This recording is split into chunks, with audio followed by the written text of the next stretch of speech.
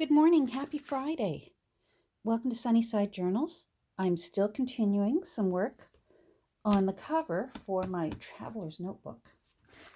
Yesterday, I got quite a bit of my collaging done, and then off camera, I finished it. And I'm really happy with how it turned out. Also off camera, I finished marrying up these edges so that the front and the back collaging are approximately the same, so that I really like that nice torn edge look. I'm toying with leaving it like that. I think it just really adds to all these torn edges. It's sort of a continuation of the texture that I'm working on here.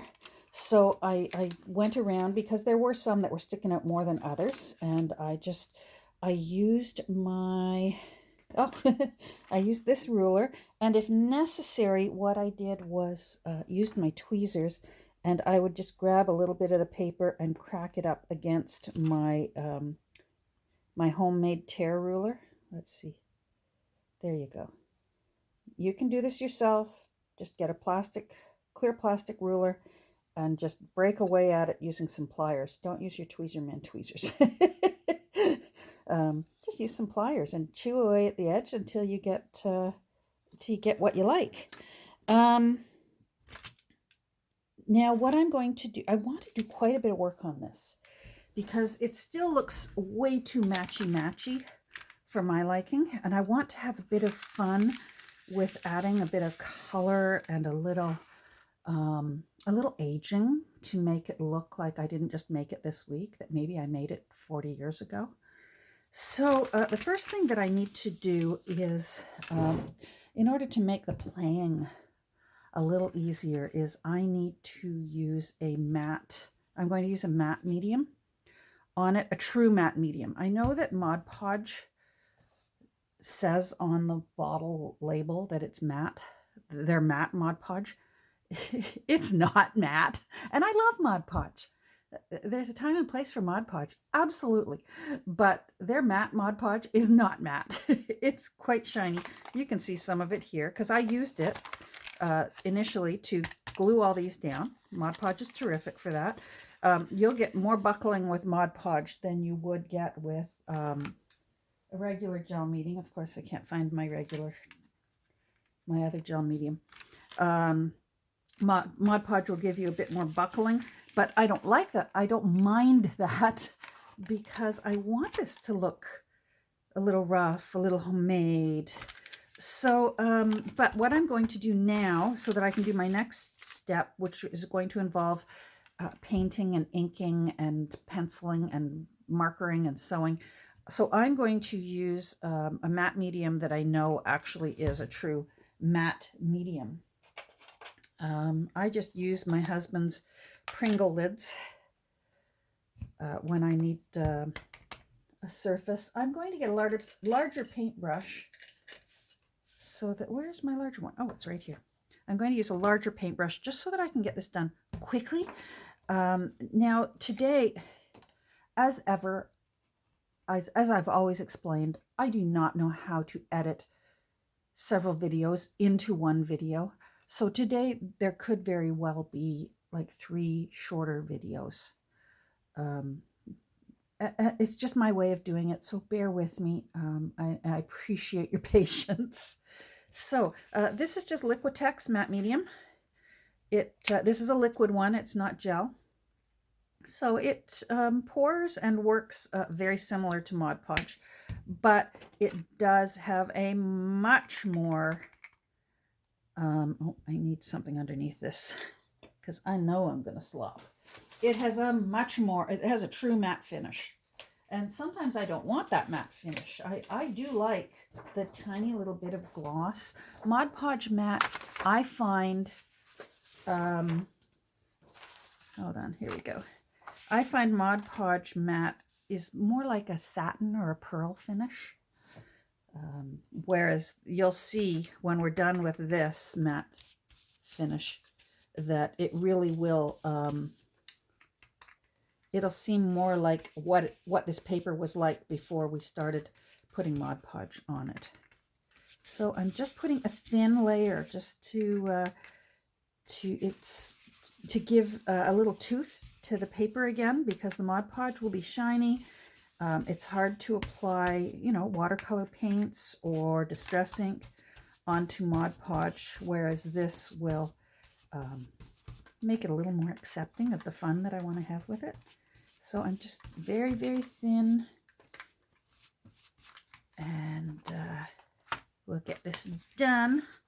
And then, of course, I'm going to have to let it thoroughly dry, or I want to. Some artists will still work with it wet. I'm going to let it dry. I have other things I can do today. I have some, packages to pack up and things like that. So I'll just let this air dry. Now I don't want any on that window. You can still peel it off later, I have found. When you use medium or Mod Podge on plastic, if you're just patient and let it dry, you can peel it off later.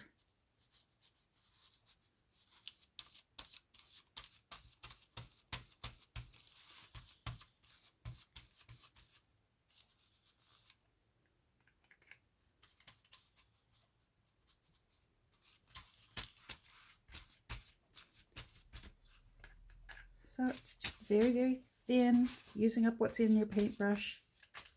Get this on so that you can get to the fun part.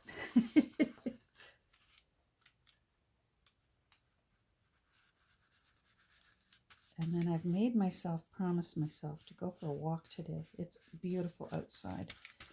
And I feel like I have been in this house and sitting on my caboose for months. Well, I have been. I shouldn't say I feel like it.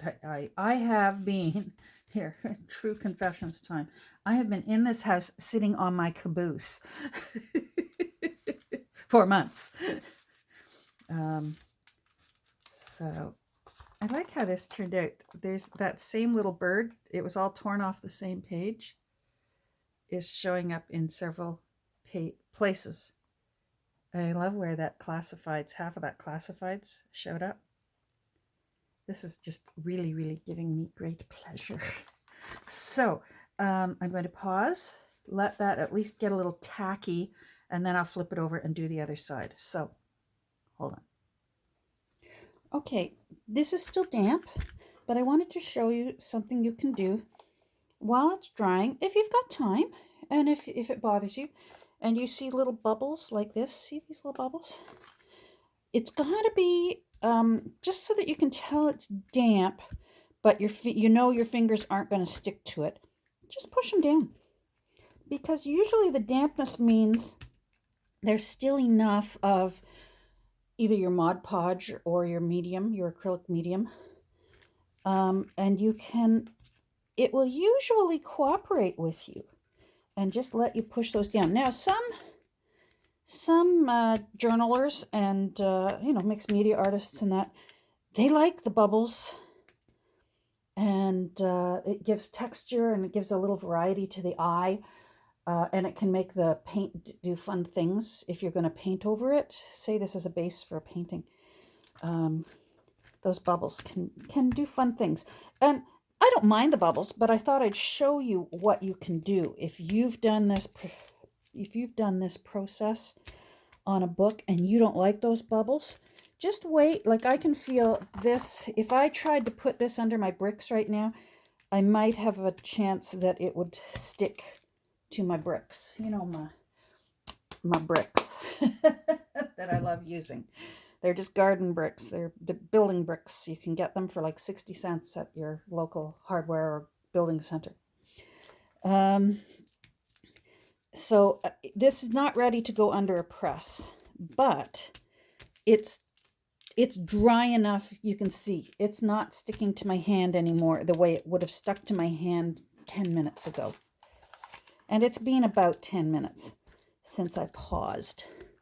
I went and shredded some paper for a shipment I have to make, and I just use up old book pages. I shred them, and that's what I pack my stuff in. Okay, so I'm going to let this continue to dry. So hold on.